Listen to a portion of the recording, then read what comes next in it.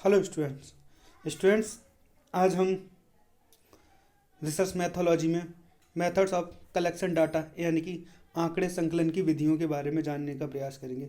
इससे पूर्व हमने जाना कि डाटा होता क्या है और डाटा के स्रोत क्या हैं, व प्राइमरी और डाटा कितने प्रकार के होते हैं। तो हमने जाना डाटा प्राइमरी और सेकेंडरी डाटा होता है। तो आज हम उन्हीं के बारे में कि उनको कलेक्शन किस तरीके से होगा उनके विषय में अध्ययन।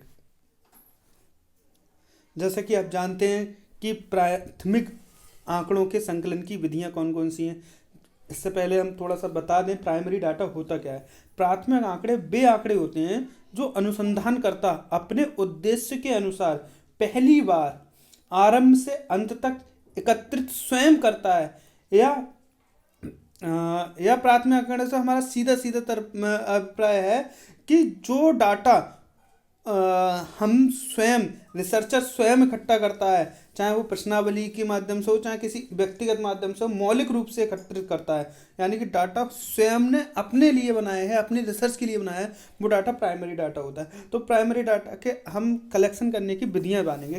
तो सबसे पहली विधि है प्रत्यक्ष व्यक्तिगत अनुसंधान। कहने का मतलब है ये जो प्राइमरी डाटा है वो हम डायरेक्ट पर्सनल तरीके से इकट्ठा कर सकते हैं डाटा।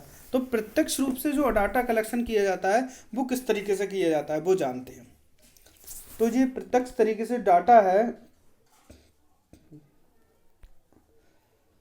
प्रत्यक्ष व्यक्तिगत अनुसंधान की वह विधि है जिससे एक अनुसंधानकर्ता स्वयं अनुसंधान क्षेत्र में जाकर सूचना देने वालों से प्रत्यक्ष या सीधे संपर्क स्थापित करके आंकड़ों को एकत्रित करता है। तो वह डाटा क्या हो जाता है, प्रत्यक्ष या व्यक्तिगत रूप से डाटा कलेक्शन करना। उदाहरण के लिए मैं आपको एक एग्जांपल देता हूं। जैसे मुझे मान लीजिए आप मेरी कक्षा में विद्यार्थी पढ़ते हैं और मैं ये जानना चाह रहा हूं कि मेरी क्लास में जो विद्यार्थी हैं उनके जो फैमिली बैकग्राउंड है उनके बारे में जानना चाहता हूँ। उनके फैमिली बैकग्राउंड यानी कि इकोनॉमिक रूप से यानी आर्थिक रूप से वो कैसे हैं। तो मैं क्या करूँगा, मैंने देखा अपनी कक्षा में सभी बच्चों से उनके फादर्स के नाम पूछे, उनके प्रोफेशन पूछा यानी कि वो क्या करते हैं, और मैंने व्यक्तिगत रूप से उनके बारे में जानकारी ली कि भाई तुम्हारे पापा क्या करते हैं, तुम्हारे पापा कितना कमाते हैं। सब हल्के हल्के अंदाज़ा लगा लेते हैं कि मैंने उनको व्यक्तिगत रूप से उनके बारे में जान लिया। तो वो मेरा कैसा डाटा कहलाएगा, वो प्रत्यक्ष व्यक्तिगत अनुसंधान विधि कहलाएगी। समझ में आया आपको। अब हमारा दूसरा जो विधि है वह है अप्रत्यक्ष मौखिक अनुसंधान। अप्रत्यक्ष मौखिक अनुसंधान के बारे में मैं कहूँ तो अप्रत्यक्ष लोग बहस से वो होते हैं। जैसे मैं कहूँ अप्रत्यक्ष अनुसंधान वह विधि है जिससे किसी समस्या से अप्रत्यक्ष रूप से संबंध रखने वाले व्यक्ति से मौखिक पूछताछ करके आंकड़े एकत्रित करना। मैं एक उदाहरण के लिए मैं आपको बहुत सिंपल उदाहरण लेता हूँ। जैसे मान लो आपकी कक्षा में बहुत सारे बच्चे हैं, मैंने डाटा कलेक्शन क्या कर रहा हूँ, सबसे इकट्ठा कर रहा हूँ कि तुम्हारे पापा क्या करते हैं, तुम्हारे पापा मतलब मजदूरी करते हैं, किसानी करते हैं, नौकरी करते हैं, या फिर आपने ये प्रत्यक्ष विधि में कर रहा था मैं।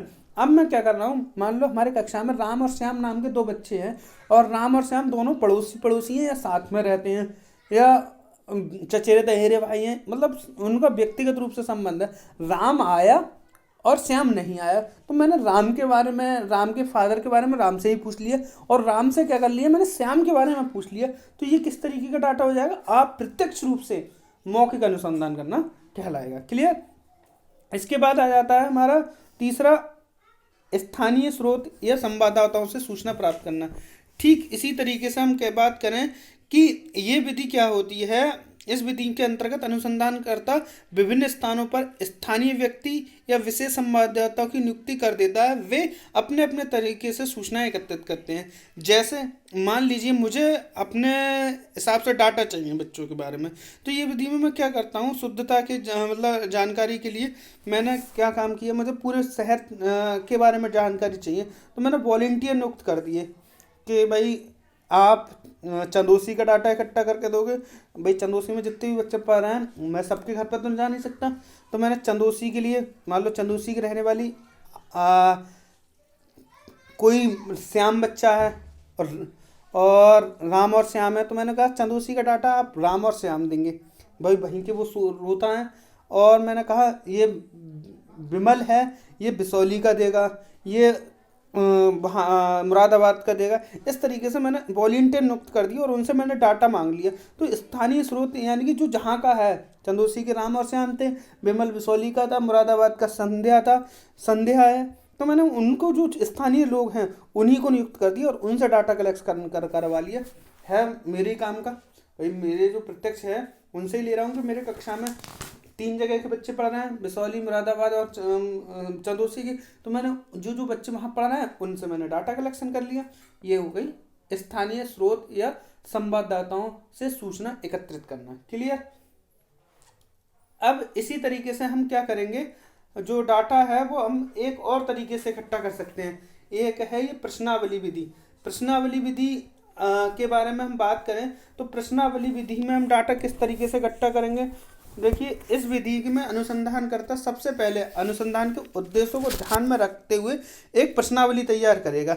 जैसे मैंने कहा, मुझे आपके फादर्स की इनकम जाननी है, कि आपकी आर्थिक कंडीशन जाननी है, तो मैंने पहला क्वेश्चन लिख दिया, आपके फादर का नाम क्या है। मैंने कहा उनका कार्य क्षेत्र, मजदूरी, नौकरी या किसानी। तो उन्होंने कहा किसानी। किसानी में कितने बीघा ज़मीन है या नौकरी है, तो किस पोस्ट पे नौकरी करना है। तो इस तरीके से मैंने क्या कर दिया, कितनी बीच में इनकम है, 10,000 से 20,000 तक या 20,000 से 25,000 तक, 25,000 से 30,000 तक, जो जिस तरीके के वो क्या कर लेंगे, प्रश्नावली तैयार कर लेंगे और उससे हम डाटा कलेक्शन कर लेंगे। अब प्रश्नावली को जो प्रयोग है वो 2 तरीके से होता है। एक तो कहा जाए डाक द्वारा। तो मैंने क्या काम किया, इस विधि में प्रश्नावली क्या है, सभी लोगों के, मान लो अभी कोविड टाइम चल रहा है, कॉलेज में कोई नहीं आ रहा है, तो मैंने सबके यहाँ पे एक लेटर लिख दिया और वो पत्र लगा दिया, प्रश्नावली तैयार कर दी और इसे भर कर भेजना है। तो ये प्रश्नावली द्वारा हो गई। और गणकों द्वारा अनुसूची भराना, मतलब इस विधि में अनुसंधानकर्ता के उद्देश्य को ध्यान में रखकर एक प्रश्नावली तैयार कर ली जाती है। इस प्रश्नावली को लेकर सूचना देने वाले व्यक्ति के पास गणक स्वयं होते हैं।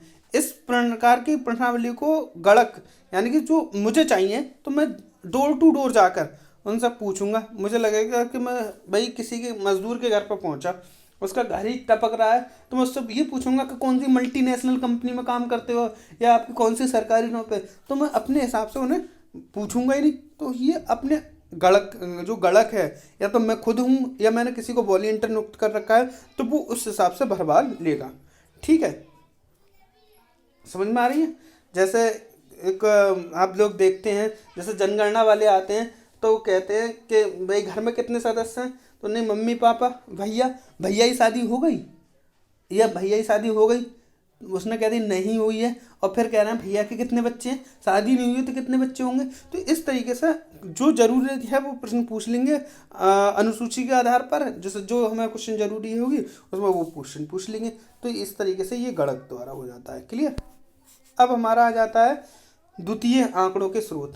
भाई जो हमारे द्वितीय आंकड़े हैं, हमारे पास 2 तरीके के आंकड़े होते हैं। मैंने कहा द्वितीय आंकड़े होते हैं, मैंने सब पुराने वीडियो में आपको बताया है कि डाटा 2 प्रकार का होता है, एक प्राथमिक डाटा और दूसरा होता है सेकेंडरी डाटा। तो सेकेंडरी डाटा को एक बार थोड़ा सा पुनः रिवाइज कर लेते हैं। द्वितीय आंकड़े वे आंकड़े होते हैं जो पहले अन्य व्यक्ति या संस्था द्वारा एकत्रित किए जा चुके हैं और शोधकर्ता को उनकी जरूरत महसूस हो रही है और उनसे वो डाटा ले रहा है, तो वो डाटा क्या कहलाता है, सेकेंडरी डाटा कहलाता है। जैसे मान लीजिए मुझे क्या चाहिए था, आपकी फैमिली का बैकग्राउंड चाहिए था। तो हो सकता है कि मैंने क्या करवाया हो, सरकार, मैंने बैकग्राउंड चाहिए था, तो मैंने, ये तो था मेरा डायरेक्ट तरीका। अब मैं क्या कर सकता हूँ, तुमने जब फॉर्म भरा होगा तो मैंने कहा, जब फॉर्म भरते हो क्लास में, तो मैंने क्या काम किया, उस फॉर्म में आपकी इनकम सर्टिफिकेट भी लगता है, मैंने सबका इनकम सर्टिफिकेट निकाल के देख लिया, किसकी आय कितनी है, किसी की 2 लाख होगी, किसी की 4 लाख होगी, किसी की 1 लाख होगी, तो उससे अंदाजा लगा सकते हैं। तो सेकेंडरी डाटा जो होता है ऑथेंटिक नहीं होता है, कम ऑथेंटिक होता है, भाई ये चीज़ होती है। तो अब हम देख लेते हैं भाई सेकेंडरी डाटा है वो किस तरीके से एकत्रित होता है। सेकेंडरी डाटा 2 तरीके का होता है, मैं आपको शुरुआत में ही बता दूं। ये एकत्रित करने से पहले ही मैं इसके बारे में बता दूं किस तरीके से होता है। ये जो डाटा होता है, ये सेकेंडरी डाटा दो तरीके का होता है। एक होता है प्रकाशित, एक होता है अप्रकाशित। कहने का मतलब है कि एक डाटा कैसा होता है कि जो प्रकाशन में छप गया हो, किसी न किसी ने उस डाटा को छाप दिया हो, और दूसरा डाटा कौन सा होता है जिसे प्रकाशन में छपा नहीं हो, तो वो अप्रकाशित होता है। यानी कि कहीं वो छपा नहीं है, लिखित नहीं है, लिखित रूप में नहीं है, ये लिखित रूप में है। तो लिखित रूप में जो डाटा इकट्ठा होता है उसे किस तरीके से करते हैं तो वो देख लेते हैं। तो ये पहला आ गया हमारा सरकारी प्रकाशन। भारत की केंद्र सरकार या राज्य सरकार या मंत्रालय बहुत सारे डाटा छापती रहती है। जैसे अभी कोविड की डाटा नहीं छापा हमारे सरकार ने, कि सरकार से पूछा गया कि कोविड से मरने वालों की संख्या कितनी है, तो कह रहे हैं कि हमें इसका डाटा नहीं है। उनसे ये पूछा जाता है कि भाई सरकार में कितनी बेरोजगारी है, हमारे पास डाटा नहीं है। और उनसे पूछा जाता है कि हमने कितनी नौकरियां दी, तो गिना देते हैं कि हमने इतनी लाख नौकरियां दी। तो उसका डाटा है और उसका नहीं है। पहले की सरकारें होती थी वो डाटा दिखा देती थी, ठीक। अब है अर्ध सरकारी प्रकाशन। अर्ध सरकारी संस्थाएं जैसे नगर पालिका हैं या कोई जिला परिषद का कोई संस्था है, तो वो जन्म प्रमाण पत्र है या शिक्षा है या स्वास्थ्य से संबंधी आंकड़े छापती रहती है। भाई नगर पालिका के आंकड़े हर साल आते हैं। उसके बाद आ जाती है समिति या आयोग की रिपोर्ट। जैसा अभी हमारे आयोग की रिपोर्ट आई है, जैसे नई शिक्षा नीति में उनने कही होगी ऐसा करनी है वैसा करनी है, तो वो रिपोर्ट से आंकड़े बन जाएंगे। उसके बाद है व्यापारिक संघों का प्रकाशन। बड़े बड़े व्यापारिक संघ भी अपने अनुसंधान तथा सांख्यिकी विभाग द्वारा एकत्रित आंकड़े प्रकाशित करते रहते हैं। उदाहरण के लिए जैसे चीनी मिल है, चीनी मिल मालिकों की संघ होती है, या फिर शराब ठेकेदार होते हैं उनके आंकड़े होते हैं, तो वो अपने आंकड़े छापते रहते हैं, उनसे अपना आंकड़ा ले लिया। उसके बाद आ जाता है अनुसंधान शोध संस्थाओं के प्रकाशन। जैसे बहुत सारे अनुसंधान अनुसंधान मतलब रिसर्चर्स इंस्टीट्यूट होते हैं।